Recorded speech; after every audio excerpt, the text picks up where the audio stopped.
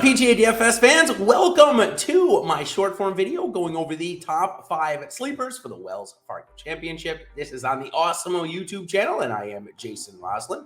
Find me on Twitter at DFSGolfer23 if you'd like to chat just about anything, whether it's PGA DFS, golf betting, maybe a little bit of Marvel with the new products coming out this week, or maybe the stock market. Go ahead and hit me up over there. Here today, I'm going to give you my top 5 sleepers, and I'm going to hopefully replicate my success of last week in this video where I went 5 for 5 with 2 top 10s, a second place finish for a 3% owned golfer, and also the other 3 golfers that I picked all scored very well for the week. So hopefully I can replicate that success as we move on to the Wells Fargo Championship. And our first sleeper is going to be a golfer that should have placed higher last week and finally found his form, especially with the ball striking, which I think will translate very well here this week. It's Trey Mullinax. He comes in at just $65 on DraftKings, $20 the minimum on Yahoo, and just 1% projected ownership. In addition to that, he's also played this golf course twice during his first stint on the PGA Tour in 2018 and 2017. Did miss the cut there in 2018.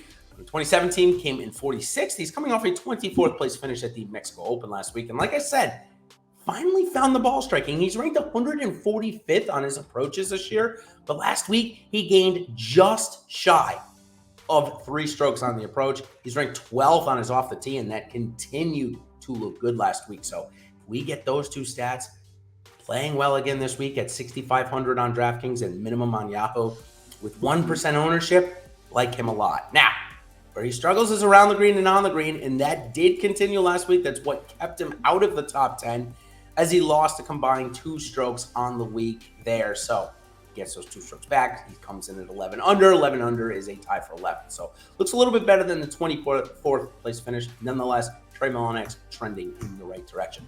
Speaking of trending in the right direction, Lanto Griffin, who struggled through the middle part of the season, but is certainly what I'd like to call a form golfer. And when he gets in it, he strikes the ball incredibly solid, as he did last week, where he gained over almost, the math is a little subject right now. I'm doing this at 9:30 in the morning. He gained 4.8 strokes off the tee and another 3.2 with the approach. So that equals just about 8, little over 8 strokes ball striking last week for Lanto Griffin, who's always relatively good around the green and on the green.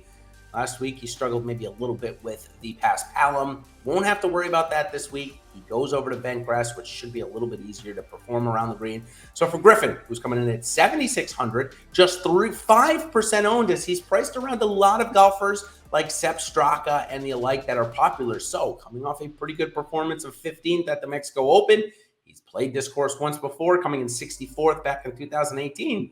I think things are trending in the right direction for this golfer. And let's go over his strokes gained ranks on the season. Ranked 82nd off the tee, 41 on the approach, 174 around the green, and 83rd putting. So take a long look at Lanto Griffin here this week.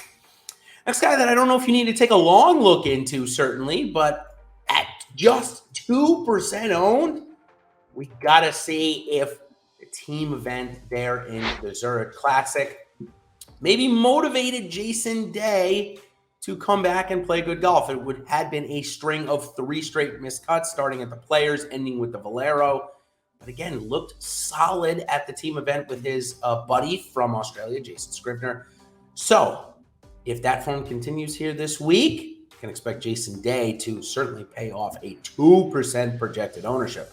Go over his strokes gain rank, see how he's getting it done this season. 161 off the tee and 154 on the approach.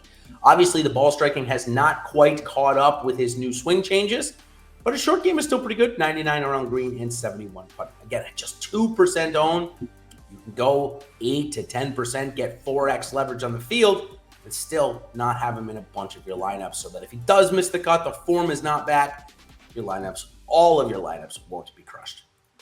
All right, moving on to Patrick Reed, 2 golfers actually that played the Mexico Open last week that I want to talk about. Patrick Reed is one of them, coming in at 9,000 on TK this week, 39 on Yahoo with a 5% projected ownership. Came in 17th here in 2017. Came in 42nd last week, but he was in line for a top 10 heading to the back 9. He was at 7 under. I'm sorry, he wasn't at 7 under. No. Let's take that back. He was at 11 under On the 10th hole, I said, well, with the lead being at 16, 17, he could get really hot and get himself into the top 5. But for Reed, he went the other way. His iron game completely fell apart, losing strokes on the approach on almost every single hole coming in, which is just terrible. Ended up shooting a 5 over 40 on the back 9, which pushed him all the way down to 42nd.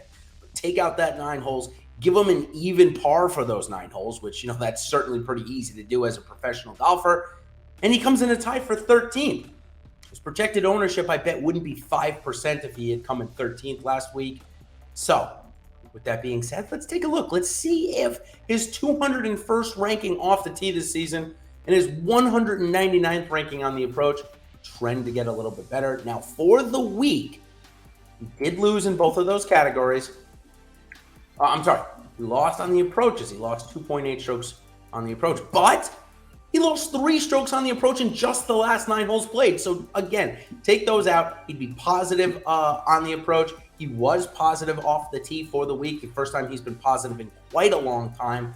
So I like where things are heading. And the fact that he's only 9K with 5% ownership, I think he should deserve a long look in GPP formats this week.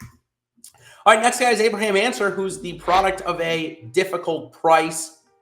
And because of that, being the 3rd highest priced golfer in a field that has a much stronger middle part of the field than it does the top end. So for Abraham Ancer this week, coming in at 10,400 and less than 5% owned, with good course history, came in 4th here back in 2018, came in 42nd last week. Here's the big reason why I like him, though. If we look at his stats last week, and we look and we see, okay, well, he gained just about a stroke on the approach. He gained 3.2 on his off the tee. And in addition, almost gained 6 strokes putting.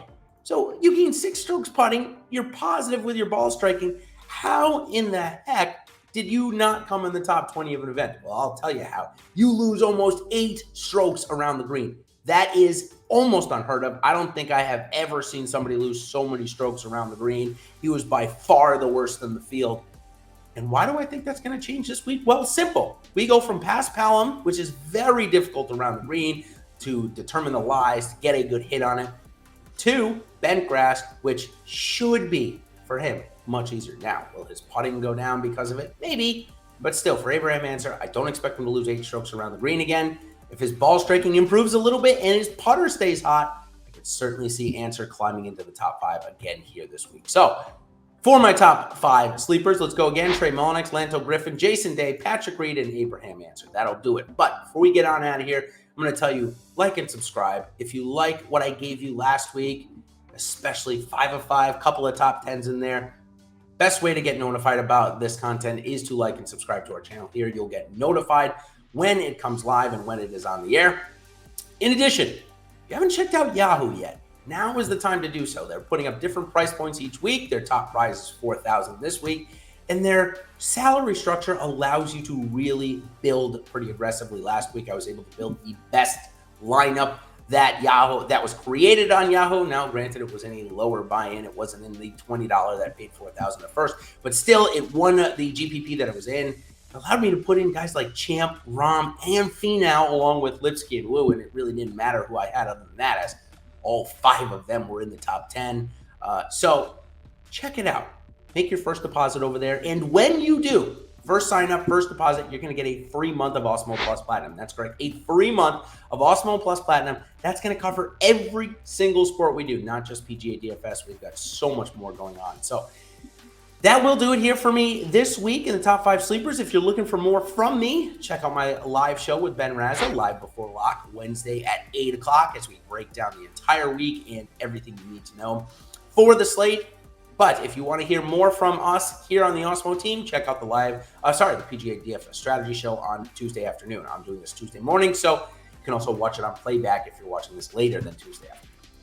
So until next week, everybody, where we go to Texas for a week before going north to Oklahoma for the PGA Championship, good luck, and we will see you on the other side. Cheers.